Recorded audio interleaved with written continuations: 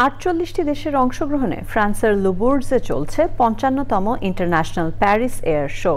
বিশ্বের নামি দামি উড়োজাহাজ নির্মাতা প্রতিষ্ঠানগুলো প্রদর্শন করছে নিজেদের সর্বাধুনিক উদ্ভাবন এবং আগামী দিনের প্রযুক্তির ঝলক। ১৬ থেকে ২২ জুন ৭ দিনব্যাপী এই আয়োজনে দর্শনার্থীর ব্যাপক সমাগম ঘটেছে। ফ্রান্স থেকে এম এ হাশেম জানাচ্ছেন বিস্তারিত।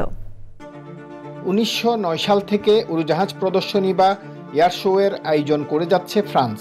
এবারে ২০২৫ সালের প্যারিস এয়ার শোতে ১৫০টি উড়োজাহাজ প্রদর্শনের পাশাপাশি ২১০টি বিভিন্ন ধরনের প্লেন, আকাশে উড়ার নজরকাড়া প্রদর্শনী দেখানো হচ্ছে। বাণিজ্যিক ও সামরিক বিমান, ড্রোন, মহাকাশ প্রযুক্তি, কৃত্রিম বুদ্ধিমত্তা বা এআই প্রযুক্তি এবং পরিবেশ বান্ধব উদ্ভাবন স্থান পেয়েছে এবারের মহাকাশ ও প্রতিরক্ষা শিল্পের এই আসরে। চলাচলের জন্য দ্রুতগতির উড়ন্ত ট্যাক্সি এবং চালকবিহীন ড্রোনের মাধ্যমে মালামাল পরিবহনের মতো আকাশযান প্রত্যক্ষ করছেন দর্শনার্থীরা। This is the all-electric Archer Midnight Air Taxi. Heathrow to London or JFK to Manhattan in just 5 to 10 minutes for the same price as an Uber. It's amazing. It's not an easy one. Obviously, it's a lot of work.